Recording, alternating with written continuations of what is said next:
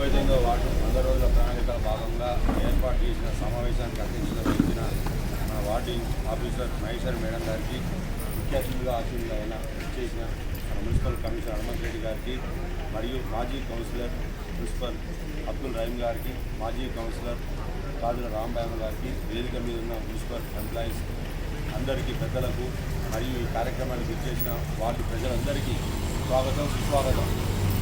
రాష్ట్ర ప్రభుత్వం ప్రతిష్టాత్మకంగా 100 రోజుల ప్రణాళిక పథకం ప్రవేశపెట్టడం జరిగింది.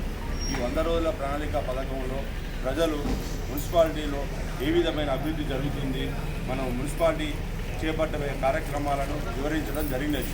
అలాగే రాష్ట్ర ప్రభుత్వం ప్రజలను ఉద్దేశించి ఎన్నో రకాల సంక్షేమ పథకాలను అమలుపరచడం జరిగినది.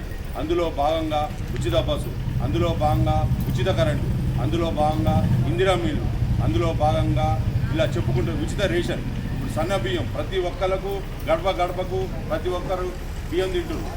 ఇలా ఎన్నో సంక్షేమ పథకాలను పెట్టుకుంటూ మన అభివృద్ధికి పాటుపడుతుంది. మనం ఇప్పుడు ఈ మున్సిపల్ ఎంప్లాయీలు చెప్పిన ప్రకారం వార్డులో ఏ విధంగా జీవన విధానం చేయాలి, మన మున్సిపాలిటీని ఏ విధంగా ఉపయోగించుకోవాలి, తడి చెత్తను ఏ విధంగా ఉంచుకోవాలి, పొడి చెత్తను ఏ విధంగా ఉంచుకోవాలి, నెక్స్ట్ పొదుపు ఏ విధంగా చేయాలి, మనం పొదుపులో ఉంటే మనకు కలిగే లాభాలని మన మున్సిపల్ ఎంప్లాయీలు వివరించడం జరిగింది.